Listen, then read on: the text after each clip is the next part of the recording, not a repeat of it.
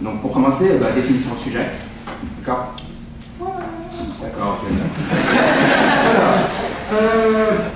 Donc, le mensonge, assertion contraire à la vérité, énoncée pour tromper. Mots associés, bobard, hypocrisie, imposture, sournoiserie et tromperie. Donc, à l'écoute du vocabulaire, on est tous d'accord pour dire que mentir, c'est mal. Okay. J'espère au passage que vous n'avez pas eu besoin de ma petite recherche internet pour vous en rendre compte. Sinon, quel cas, de rien.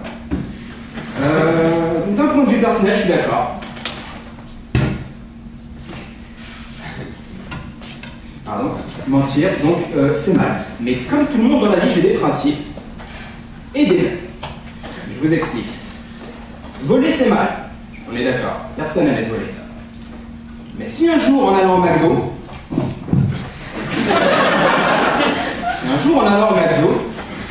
vous laissez votre scooter à l'entrée du McDonald's, avec les clés sur le contact, et votre casque posé délicatement sur la selle, vous me direz quelque part, Yacine, t'es un peu con, tu l'as cherché. Et c'est vrai, vous avez raison.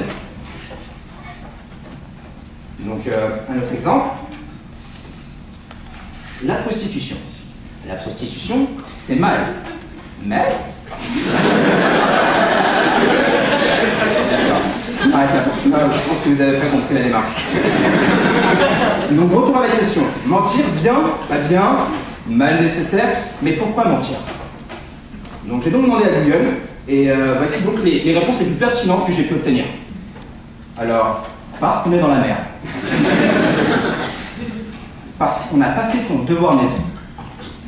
Parce qu'on veut arranger certaines vérités. Parce qu'on ne veut pas que sa femme découvre la vérité. Parce qu'on est politicien. Si vous avez suivi l'actualité, normalement, vous pouvez faire un lien entre les deux dernières.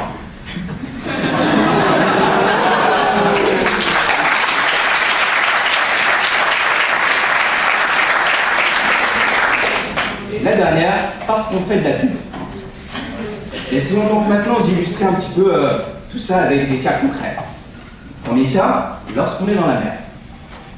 Il est tard, vous sortez de soirée et en rentrant chez vous, un individu vous interpelle. Eh cousin, t'as pas 1 euro? Après avoir observé votre interlocuteur, vous vous rendez compte qu'il répond en fait tout à fait au stéréotype du wesh, du kéké, enfin vous l'appelez comme vous voulez.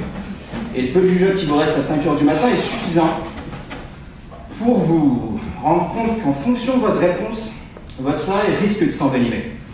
Alors là commence un jeu d'échecs. Non, Hess. Non, frère, c'est la Hess. Et là, vous avez choisi d'adapter votre champ lexical à celui de votre interlocuteur, et c'est très malin de votre part. Félicitations. Mais votre wesh, coriace, joue son coup suivant. Même pas un peu de forfait. Alors où tout le monde dispose d'un forfait limité, il sera difficile pour vous de trouver une parade. Mais il en faut plus pour perturber le philanthrope que vous êtes. Ah mec, désolé frère. Fin de soirée et je plus de batterie. Échec et mat, vous remportez la partie. Votre sens de la répartie et l'état second de votre adversaire vous ont donné l'avantage. Mais vous venez de mentir. 2 fois. Et comme on l'a défini plus tôt, mentir c'est mal. Vous venez de duper un inconnu, aussi chaleureux soit-il. Vous avez fait preuve de sournoiserie pour lui refuser l'aumône. Mais vous aurez pu laisser un smartphone, votre portefeuille et vos dents. J'ai donc envie de dire pourquoi pas. On est d'accord. Situation suivante, le devoir maison.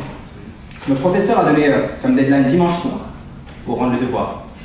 Lundi matin, la mémoire vous revient, mais aucun rapport n'est rédigé et encore moins envoyé.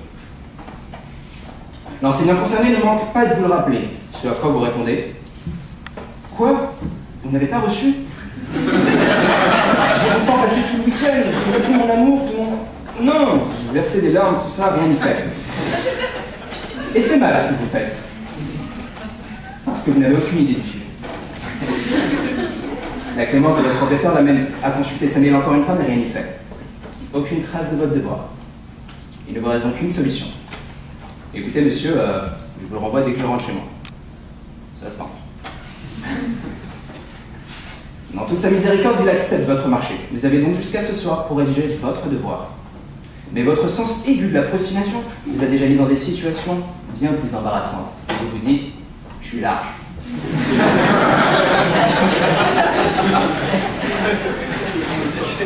Et c'est mal ce que vous voulez faire, parce que vous allez mentir à votre enseignant. Mais si ça vous évite une bulle, un rattrapage, et que vous gagnez quelques jours de congé, j'ai envie de dire, pourquoi pas? Suivant. Alors, lorsqu'on veut arranger certaines vérités, entretien d'embauche, votre potentiel recruteur vous pose la question, monsieur Chafic, comment vous décririez-vous? Classique. Les premiers qualificatifs qui vous viendraient à l'esprit sont fainéants. Mais vous préférez dire que vous êtes efficace. Ça se tente.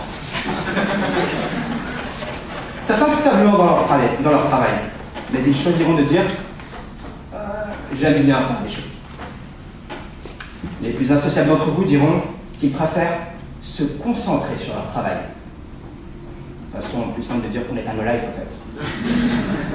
La liste des attributs amélioratifs est très longue lorsqu'on cherche à qualifier cette version alternative de soi-même.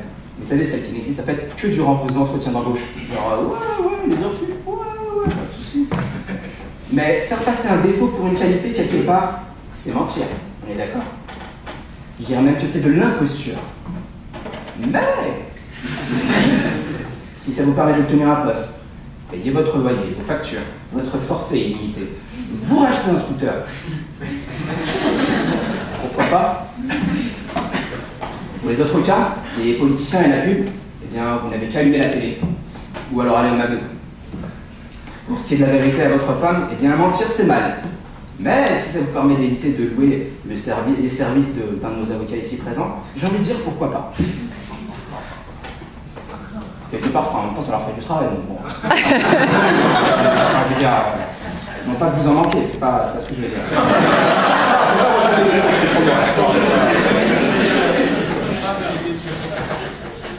Pour en revenir à notre question de mensonge acceptable ou mal nécessaire, 2 points à retenir.